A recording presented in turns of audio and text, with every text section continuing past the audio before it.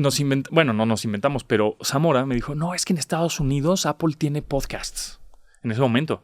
Y todos así, no sabíamos ni pronunciar la palabra. Podcast. Ah, pues podcast. ¿Qué es un podcast? Entonces, nosotros decíamos en el programa de radio, cuando termine este programa de radio, va a estar en nuestro portal domo.net, en versión podcast. Y todos, ¿qué es un podcast? Entonces, teníamos que explicar desde ahí, decir, imagínense que es una canción en MP3, porque era el momento de LimeWire, de Ares, ¿no? de Napster. Imagínense que es una canción de MP3, pero de 1 hora, ¿no? Ah, ok. Y la descargas en tu iPod o en tu reproductor o en tu computadora. Ah, ok. Entonces, o sea, tenían podcast. Sí. Qué cabrón. Sí. ¿Y quién más tenía podcast en ese momento en México? Por ahí yo creo que no sé si Olayo. Olayo es el que dicen que es el primero, ¿no? Pues yo creo que fuimos nosotros, ¿Sí? la verdad. Es que sí, 2004. 2004. Y hicimos un portal que era domo.net, en donde era un calendario, le picabas al día que querías, ¿no? Tal de septiembre, pum, le picabas y entonces te aparecía toda la información del programa, las canciones que se pusieron, el playlist y descarga el MP3. Pum, sí. Y el primer podcast que está temblando, ¿no? Está temblando, sí, está temblando. La madre. Órale, fuerte, ¿eh? Tembló hoy en la noche también. ¿Qué se hace en estos casos? A las 2:30, pues depende cómo, porque ni siquiera sonó la alerta sísmica. Sí, o a lo mejor ni siquiera se escucha. A ver, vamos a ver la ventana de acá. A ver. Bueno, estamos de vuelta en el podcast creativo después de una experiencia única. Fíjate que es la primera vez que me toca un temblor grabando, ¿verdad? Eso es interesante porque luego en el 85, por ejemplo, en 2017, pues estás en vivo, ¿no? Sí. O sea, hay gente que está en vivo en radio o en tele que estábamos platicando y tienes que como, bueno, guarden la calma porque justo eso, lo que platicábamos, o sea, pues el podcast es grabado, ¿no? O una transmisión en vivo, tele o radio, que son medios de comunicación masivos, tienes que pensar que te está viendo pues de diferentes niveles socioeconómicos, de diferentes partes igual de la misma república, ¿no? Entonces, ¿cómo reacciones? Tienes que ser bien objetivo. Y eso es un poco la formación que tenemos nosotros, o que me hicieron tener, primero lo que estudié, Ciencias de la Comunicación, con materias de periodismo, y con Zamora, con Matuk, que Matuk estuvo también trabajando mucho tiempo en editoriales, etcétera, que es una formación periodística. No, pues nosotros nacimos sin el influencer, ¿no? O sea, no sabemos qué era eso en ese momento. Entonces, pues realmente nuestro programa de radio era periodismo tecnológico. Y entonces, ¿cómo qué es eso? Dije, haz de cuenta que los conductores deportivos que tienen sus programas de deportes, no sé, Toño Valdés o Martín Oli, el que sea de deporte, haz de cuenta que es lo mismo, que ellos hacen periodismo deportivo, nosotros periodismo pero tecnológico. Sí. Ah, ok. Y ya ahorita, evidentemente, pues ya caemos en la cubeta de pronto del influencer o del creador de contenido, pero... Es que también en ese punto el periodismo empieza a mezclarse más con el tema de entretenimiento y no nada más de dar datos o primicias. Uh-huh. Y luego creo que llega el desborde del influencer, que ya es más entretenimiento que credibilidad, ¿no? O que veracidad de la información. Eso. Estaban ustedes empezando ese momento, ¿no? Y que el influencer pues es más subjetivo. Esto me encantó, esto me gustó, y esto está feo. 5 cosas que no sabías, pero sí, ¿no? Top 10 de cosas. Y pues no, realmente lo que aprendimos en este periodismo es ser lo más objetivo posible. Es la cosa más destacada, la característica que llama la atención. Sí. O sea, ese tipo de cosas, ¿no? Decir, a mí me encantó esta botella porque... Pues no, porque al día siguiente vas a decir que ya no te gusta y te va a gustar otra cosa, en fin. Entonces, bueno, a partir de radio empezamos diario. Pero a ver, antes de cerrar este tema, ¿te había tocado algún sismo? No. ¿Estaba en una cabina en Nexa o en algún lugar? Me tocó, creo que en W. Creo que sí me tocó alguna vez. ¿Y cómo reaccionaste igual? Pues igual, así tranquilamente, vamos para muy afuera. Muy estoico de no puedo controlar, se está moviendo la tierra. aunque llore, pues no va. Pues no, exacto. Sí. Pero sí hay gente que sí se apanica fuerte. Sí. Porque evidentemente tiene un trauma de que sí murió igual alguna persona, claro, ¿no? En alguno de los temblores que hubo. En el 85, que fue pues terrible. Entonces, sí me han tocado varios, pero no... O sea, siempre es, bueno, vamos a salir, o sí se movió tantito, ya no pasa nada, vamos de regreso, ¿no? Pero nunca me había tocado como yo en micrófono. Ya. Decir, Ok, como tú en micrófono. En micrófono no, yo en productor, bueno, sí, vámonos tranquilos, amigos, ¿no? Pero yo en micrófono es la primera vez. Sí, Me sí. acabo de estrenar. Sí, yo también, la primera vez que toco un sismo. Qué bueno que no, espero que no haya pasado a mayores. Pues yo creo que no, sí se sintió y duró un poquito. Septiembre es un mes que tiembla mucho, ¿no? Claro, es raro. O sea, qué raro que se dé por estas épocas. Sí, es una coincidencia Sí. porque pues evidentemente nadie No puede hay, predecirlo, pero es curioso que ya es de meme, ¿no? Sí. Septiembre, época de temblores. Sí, incluso una parte de mí es, bueno, vas a regresar a México, evita septiembre. Y dije, no, pues, o sea, ¿con base a qué? O sea, con lo que pasó hace un año, pues no, pero aquí estamos en septiembre, mira, toca 2 en menos de 24 horas. Llevo menos de 48 horas aquí. Exactamente, Sí. sí, muy, muy curioso. Pero bueno, entonces tenían este programa de radio, empiezan a sacar podcasts desde el 2004. Yo el primer podcast que escuché creo que fue como en el 2007. Okay. Tenía el vato de Blink, el Mark Hoppus, tenía también en su página, ni siquiera sabía que era un podcast, pero tenía también como una canción de 40 minutos, el vato hablaba en su blog de cosas, ¿no? Exacto, y que la palabra podcast viene del iPod, ¿no? Porque Apple, pues medio lo inventó, ¿no? Yeah. Pero bueno, en fin. Entonces, no sabía que la palabra podcast venía de iPod. Sí, exacto. Sí. Sí. Sentido. Sí, porque Apple en ese momento en iTunes podías descargar los podcasts y entonces decir, pues vamos a ponerle podcast.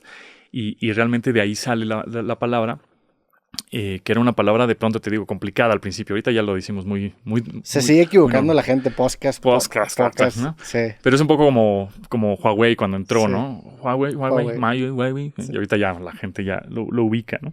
En fin, entonces, y ahorita me acordé, hablando del iPod, que justo en esa época también parte del show de tecnología era pues Napster y las canciones.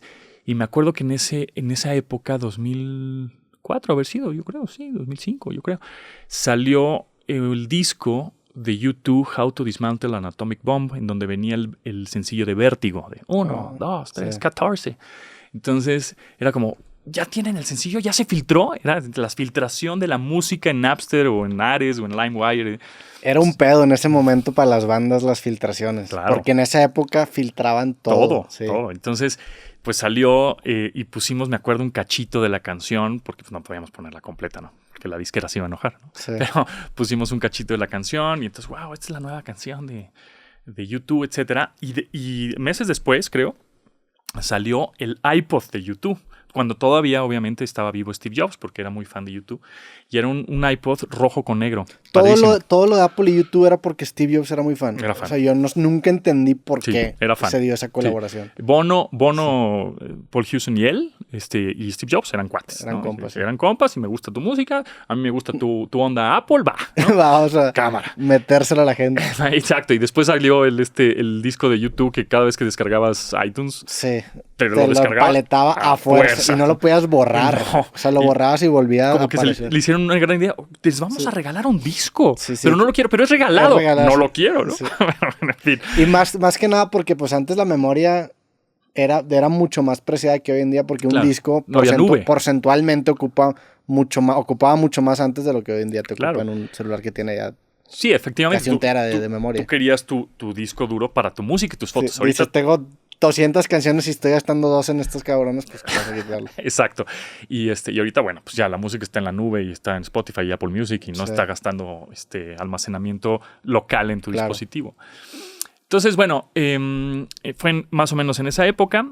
Y el caso es que llegan elecciones, que no me acuerdo, creo que fue 2006, ¿puede ser? La de Calderón. Sí, puede ser. Llega un nuevo director a la estación y hace una limpia, ¿no? Generalmente eso pasa. Y entonces hace recorte personal, todos van para afuera y pues nosotros en también. Televisa, o sea, Televisa Radio. Cambia administración, todos van para afuera. Cambian, todos para afuera. Qué curioso, ¿no? Siempre ha sido así, amigos, pero bueno. Pero yo en ese momento no lo entendía. Decía, ¿cómo? Pues yo tenía 20 y tantos años. No, ya los corrieron. Y yo ya llorando y tirándome, ¿no? Y todo el mundo ya diciendo, esto es lo normal. Es normal, exacto. Y bueno, ok, en fin. Y entonces, le digo a Matuk, más bien, él me dice, bueno, pues sigamos con el podcast, ¿no? De Domo. Y pues lo subimos a un portal. Y le dije, ¿por qué no lo subimos a matuk.com? Tú tienes un sitio, ¿no? Matuk, sí, yo tengo un sitio. Le digo, ¿qué tienes en ese sitio? No, pues nada, unos foros ahí pedorros. Está bien. Le digo, ¿por qué no le damos forma y ponemos ahí el podcast y ponemos notas tecnológicas, no sé qué? Claro, pues de ahí no nos pueden correr, ¿verdad? Pues no, pues es internet. Pues va. Entonces empezamos a generar contenido de tecnología en matuk.com. Entonces sí estuvimos generando... Puro audio. Puro audio. Okay. Sí, puro audio.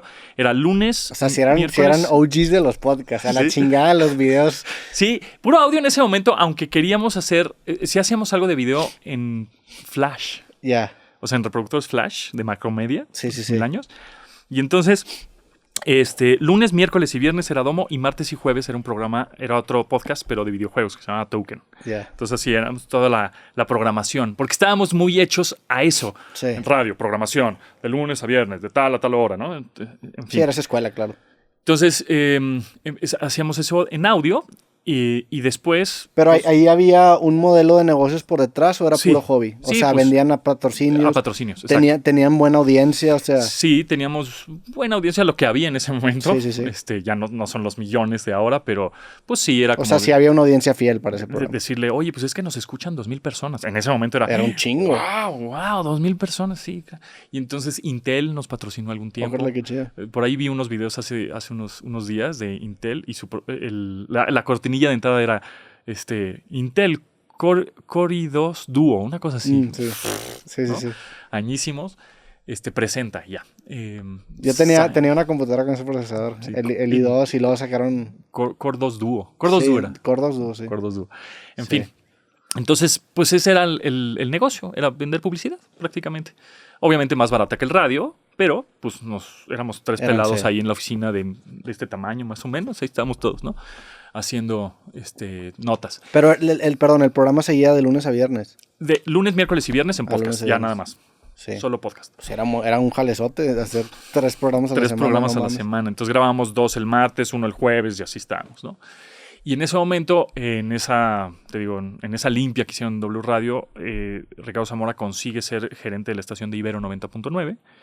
Y entonces, bueno, pues ahí él consigue esa chamba, hacía el podcast con nosotros y Matuk y yo pues seguíamos como dándole al portal, ¿no?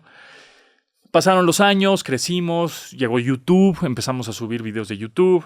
Antes hacíamos videos, te digo, en Flash, en un portal que se llamaba, y nos inventamos un nombre, Lateral TV, ¿no? Okay. Y hacíamos videitos en Flash y los subíamos ahí. Tenías que instalar el reproductor tú mismo, ¿no? Y luego poner los archivos de los videos en una carpeta. En un FTP. Ajá.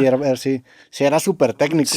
Era un retototote. Claro, y tenías que hacer un render en .fla y tenías que subir como el reproductor, como el player, pues. Sí, afortunadamente me tocó muy poco de esa etapa, pero era súper técnico. Era súper clavado y luego hacía yo un render extra que era en formato 3GP para que los Sony Ericsson los podían reproducir. Bueno, en fin. No, y estuvimos así, pues evolucionando, siendo pues ágiles, adaptándonos a los nuevos medios, tecnologías, redes sociales. Empezó a salir Twitter 2006, 2007 empezamos a tener la cuenta de Twitter y nos empezaron a hablar para colaborar en diferentes programas de radio también. Decían, pues estos güeyes le saben a la tecnología, pues que vengan y platiquen, ¿no? Entonces... ¿Cuántos shows hicieron? Fueron... O sea, del 2006 que los corrieron al 2000... ¿Qué? Haber sido 2010, yo creo. 4 años. Pues por ahí. Aproximadamente 2, 3 a la semana. Sí. O sea, estás hablando 150 al año. Sí. Por 4 años. Estás hablando 550 capítulos, un putazo. O hacemos yo creo que llegamos hasta los 1000, ¿eh? Algo me acuerdo. O 900 por ahí. Un montón de contenido que deben de estar en algún disco duro. Y igual hay gente que todavía los tiene descargados en su compu. ¿No tienes tú acceso a esos programas? Yo creo que sí. Los debo de tener en alguna computadora vieja que tenga por ahí. Yeah. Porque justo acabo de buscar ahí, escombrar algunas cosas y me encontré una iMac de esas como de lamparita. Eso es un gran proyecto. O sea, eso hoy, ahí hace poco, no me acuerdo quién me mencionó que hay un güey que está haciendo un podcast que empezó en el año 1980 y es un podcast diario de todas las noticias de 1900. Entonces va avanzando por el tiempo y no sé si ahorita va en 1982, pero empieza en 1980. Eso subirlo como documento estaría sí, claro, pues increíble. Es como una tesis, ¿no? Sí. Sí, los debo de tener por ahí, yo creo. Y pues, sí, resubirlo sería buena idea. Y porque, bueno, pues es puro audio. Y, en fin, empezamos con Matuk.com, empezamos a crecer. Pero hoy en día, perdón que te interrumpa, pero hoy en día con inteligencia artificial ya puedes animar y salen hablando. Eso sí. Eso es verdad. Eso es una puta locura. Exacto, eso estaría bueno. Pues sí, habrá que saqué monetizar eso. Sí, saqué un formato 100% IA. Sí, lo vi. Podcast, el de Jesucristo. ¿Viste el capítulo? Bueno, eso no lo vi. Vi un Instagram que pusiste como un teaser. Sí. Ese lo vi. Ese es un capítulo completo. ¿Cómo ves la reacción de la gente que sabe... que dice, eso es ahí. Sí. O sea, a mí no me engaña. Hay gente que se rehúsa completamente a consumirlo y lo entiendo. Me sorprendió un poco porque si hay gente que dice, a mí no me metas nada que tenga que ver con IA. Y hay gente que sí está emocionada por el formato. Sí, es que creo que el futuro definitivamente y que los grandes... Jeff Bezos, Zuckerberg, todos estos grandotes, líderes de tecnología, están invirtiendo mucho también, además de en sus desarrollos tecnológicos, en el mental health. O sea, en el mindfulness, y en la salud mental, y en clínicas de salud mental, y hoteles sin conexión, porque ellos saben lo que están haciendo. O sea, ellos saben que nos están haciendo... necesitan...